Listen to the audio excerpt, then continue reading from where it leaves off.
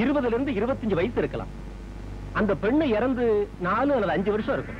நமக்கு கிடைச்சிருக்கக்கூடிய செயினை டாலரையும் வச்சுக்கிட்டு இறந்து போனது தேவியினுடைய அக்காதான்னு நம்மளால தீர்மானிக்க முடியாது. ஏன்னா அந்த மாதிரி செயினும் டாலரும் வெளியில யாற்ற வேணா இருக்கலாம். தான் செஞ்ச கொலையை மறைக்க பூட்டி கிடந்த வீட்டை தனக்கு சாதகமா பயன்படுத்தி யாரோ ஒருத்தன் அந்த பெண்ணை அங்க புதைச்சிருக்கான். உங்க பங்களா 6 வருஷமா கேஸ்ல பூட்டி கிடந்ததை பயன்படுத்தி யாரோ ஒருத்தன் கொலையை செஞ்சு உங்க வீட்டை சமாதி ஆக்கிட்டான். அவ்வளவுதான். அவ்வளவுதான் நீங்க ரொம்ப சுலபமா சொல்லிட்டீங்க. ஆனா தேவி அதால ரொம்ப பாதிக்கப்பட்டிருக்காங்க. திடீர்னு அவங்க முன்னாடி ஒரு எலும்பு கூட வந்து நின்னா, my God, what a terror it is. இது என்ன குமார் பயங்கரம்? யாரோ அடையாளம் தெரியாத ஒரு பொண்ணு சாக போறதா என்ன பயமுறுத்திக்கிட்டு இருக்கா? அதை விடவா பயங்கரம்? இப்ப நான் சொன்னா நீங்க நம்ப மாட்டீங்க. ஆனா என்னைக்காவது ஒரு நாள் அந்த பொண்ணு சாகிறத என் கண்ணால பாத்துட்டு வந்து சொல்லுவேன். அப்ப நீங்க பரிதாபப்படுவீங்க. இப்பவே உன்னை பார்த்தா பரிதாபமாத்தான் இருக்கு.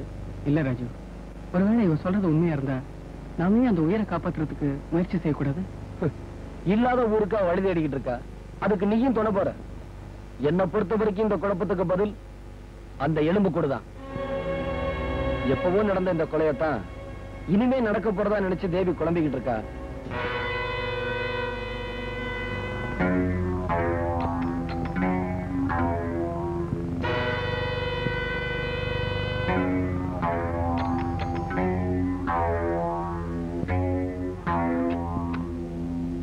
வாங்க.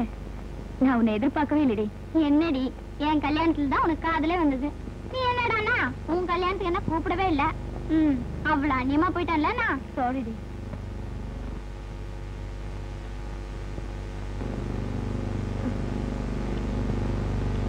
என்னடி இது? நீ தான் கல்யாணத்துக்கு கூப்பிடல, நான் பிரசன்ட் பண்ணாம இருக்க முடியுமா?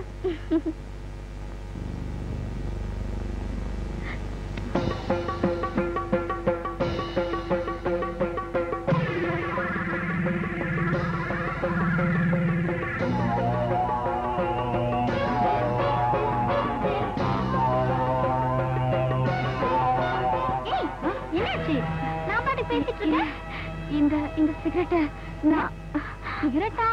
இந்த சிகரெட் நான் எங்கேயோ பார்த்திருக்கேன். எங்கேயும் பார்த்திருக்க முடியாதம்மா. போன தடவை சிங்கப்பூர் போயிருந்தப்போ அங்கிருந்து வாங்கிட்டு வந்தது. இல்ல சார், இது எங்கேயோ பார்த்திருக்கேன். இஃப் யூ டோன்ட் மைண்ட், அந்த சிகரெட் எனக்கு தர முடியுமா? வித்தியாசமான பொருள்களை கலெக்ட் பண்றது என்னோட ஹேபிட். இந்தாங்க. தேங்க்யூ.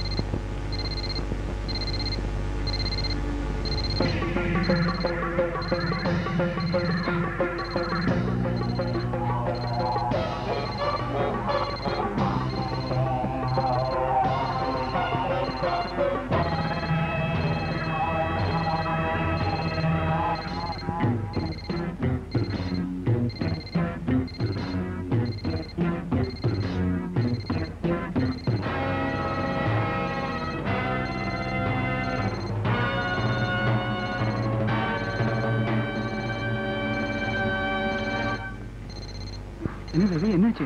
என்னங்க இந்த வாட்ச், இந்த சவுண்ட் நல்லதானே இருக்கு. அலாரம் வச்சு அலாரம் அடிக்கதான் செய்யும். என்ன ஆச்சரியம்? இல்லைங்க, இதே சவுண்ட் தான் நான் கனவுல கேட்டிருக்கேன். பைத்தியம். கனவுல பொருளை பார்த்ததா கேள்விப்பட்டிருக்கேன். ஆனா கனவுல சத்தத்தை கேட்கறது இப்பதான் கேள்விப்படுறேன். என்ன தேவி, என்னைக்கும் நடந்த கொலையை பத்தி நினைச்சு இன்னமும் குழம்பிக்கிட்டு இருக்க? திரும்ப திரும்ப அதையே சொல்லி என்ன முட்டாளாக்காதீங்க. என் கனவுல பாத்துட்டு வரப்போ ஒரு பொருளையோ எப்படி என் வாழ்க்கையில நான் பாத்துட்டு வரேனோ அதே மாதிரி நிச்சயமா இந்த கொலையை ஒரு நாள் நான் பார்க்கத்தான் போறேன். அப்படி அநியாயமா சாக போற ஒரு உயிரை காப்பாத்தோட நினைக்கிறது தப்புங்களா? தேவி, உருவமே இல்லாத ஒரு உயிரை காப்பாத்தணுங்கிறதுக்காக நம்ம உல்லாசத்தையே கெடுத்துக்கிட்டு இருக்க. இப்ப தூக்கத்தை கெடுத்துட்ட. இதுவும் ஒருவதான். இந்த வாட்சோட சத்தத்தை தான் நான் இயேசுநாதர் சிலை மேல கேட்டேன் ராஜு. இந்த மஞ்சள் சிகரெட்டை தான் நான் என் கனவுல பார்த்தேன். 5 வருஷத்துக்கு முன்னாடி நடந்த கொலையத்தான் நான் என் கனவுல பார்த்ததா நீங்களும் என் வீட்டுக்காரமா சேர்ந்து என்ன நம்ப வைக்க பாக்குறீங்க. ஆனா நீங்க சொன்ன மாதிரி அதுக்கப்புறமா தான் என் கனவுல பார்த்த ஒவ்வொரு பொருளையும் நான் இப்ப என் வாழ்க்கையில பார்த்துட்டு வரேன். கடைசியா அந்த சாதுவை நான் சந்திக்கிறதுக்கு முன்னாடி அந்த பொண்ணை நான் காப்பாத்தணுங்க. ஆமா, ஏதோ ஒரு புது நாட்டப்படம் வந்ததா சொன்னீங்க, பாத்துட்டியா? இப்ப நீங்க என்னோட அந்த பத்திரிக்கை ஆபீஸ்க்கு வரீங்க. அந்த அட்டைப்படம் போட்ட புக் ஏற்கனவே வந்திருந்தா நீங்க சொன்னது நான் நம்புறேன். இல்லைன்னா அப்போவாவது என்ன நம்புவீங்களா?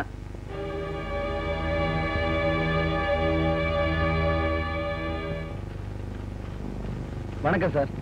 வணக்கம். யார் நீங்க? என்ன விஷயமா வந்திருக்கீங்க? சார் வந்து ஒண்ணு இல்ல, நீயே பேசு. சார், இதுக்கு முன்னாடி உங்க புஸ்தகத்துல குதிரை அட்டைப்படம் போட்டு ஏதாவது வந்திருக்குங்களா? இல்ல சார், ஒரு கொலைக்கும் இந்த குதிரை அட்டைப்படத்துக்கும் ஏதோ சம்பந்தம் இருக்கிறதா நாங்க நினைக்கிறோம். அந்த சந்தேகத்தை தீர்த்துக்கலான்னு தான். ஆமா சார், அப்படி ஏதாவது போட்டிருப்பான்னு கேட்டு சொல்லு. Hello, okay sir. அப்படி எதுவும் போடலீங்களா? இது வரைக்கும் நாங்க அப்படியெல்லாம் எதுவும் போடல சார்.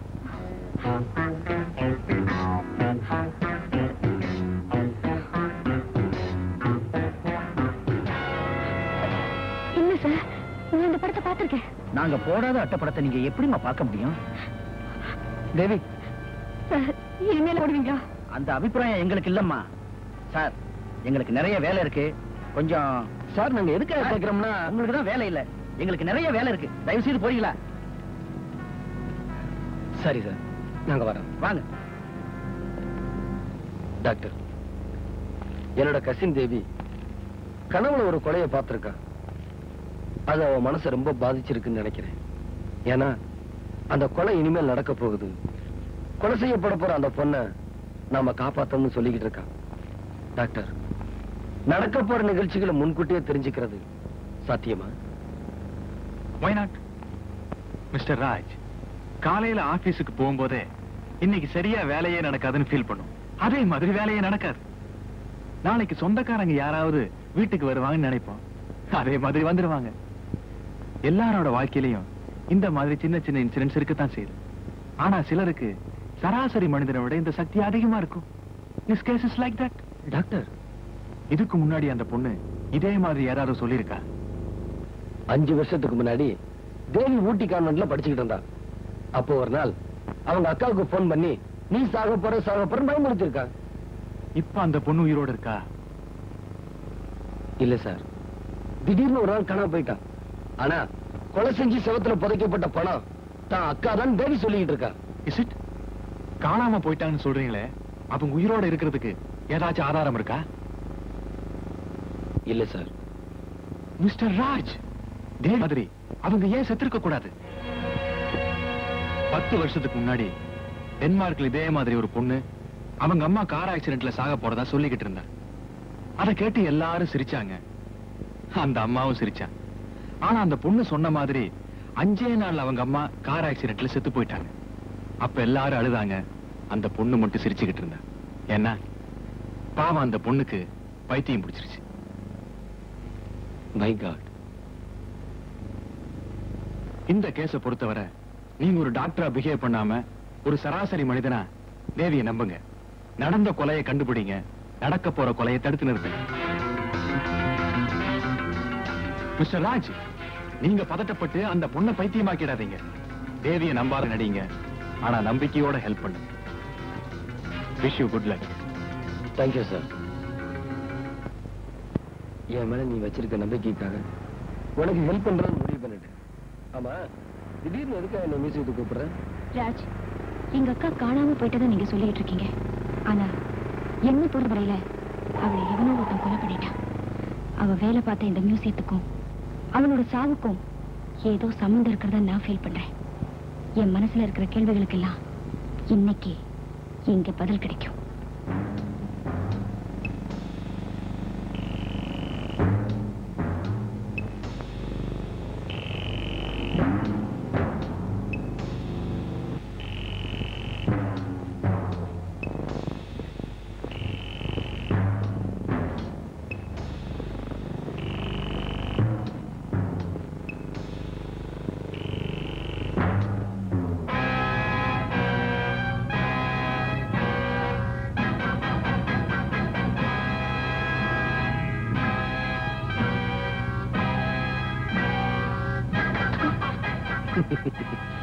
இந்த சாரி உன் கனவுல பாத்தியா?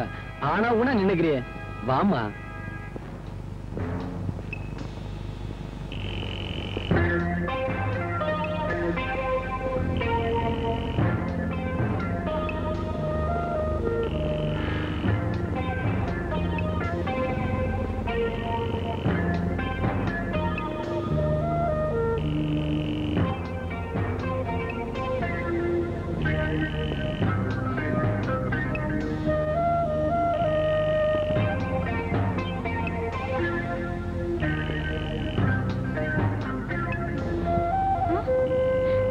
சார், சார், இங்க கொஞ்சம் வாங்களேன். என்னம்மா, என்ன வேணும்? சார், இதுல ஒரு சிலை. ஆமா, சிலை. அதுக்கு என்ன? இல்ல சார், நான் அத பார்க்கணும். அத பார்க்க முடியாதுமா. இல்ல சார், நான் அத பார்த்தே தீரணும். அட என்னம்மா நீங்க, அங்க 1000 சிலை இருக்கு, இந்த பக்கம் 1000 சிலை இருக்கு. அத பத்தி கேட்காம இல்லாத சிலையை பத்தி கேட்டுட்டு இருக்கீங்க. போங்கம்மா. சார், ராஜு, அந்த பொண்ணு கேட்டுக்கிட்டே இருக்கு, நீங்க போய்கிட்டே இருக்கீங்களே. ஆமா சார், இப்ப உங்களுக்கு அந்த சிலையை பார்க்கணும். அதானே? உடனே பாஸ்போர்ட் எடுத்து லண்டனுக்கு போங்க. என்ன, லண்டனா? ஆமா சார், இங்க வாங்க. இதுல இருந்தது தஞ்சாவூர் கோயில் மாடல், பியூர் கோல்டு, அத்தனையும் தங்கம். இங்க வேலை பார்த்தாங்கல்ல செக்யூரிட்டி ஆபீசர் ஜெகநாதனும் கூட வேலை பார்த்த பார்வதியும் திருடிட்டாங்க. அப்படியா? ஆமா சார். அப்புறம் அவங்கள போலீஸ் பிடிச்சு ஜெயில தள்ளி இப்ப கேஸ் நடந்துகிட்டு இருக்கு. அதெல்லாம் நமக்கு எதுக்கு சார் பெரிய இடத்து விவகாரம்? இந்த பாருங்க சார், வந்தமா வேலையை பார்த்தமான்னு போவோமா. அந்த அம்மாவுக்கு வயசு எவ்வளவு இருக்கும்? பார்வதியோட வயசை கேக்குறீங்களா? அவளுக்கு என்னமா ஒரு 30 இருக்கும். சார், அவங்க அட்ரஸ் கொஞ்சம் தர முடியுமா? தேவி, நீங்க கொஞ்சம் சும்மா இருங்க, எனக்கு அந்த அட்ரஸ் வேணும். எதுக்குமா அவங்க அது அட்ரஸ்? வந்து வந்து அது ஒண்ணு இல்ல சார், இந்த பழைய புராதன பொருட்கள்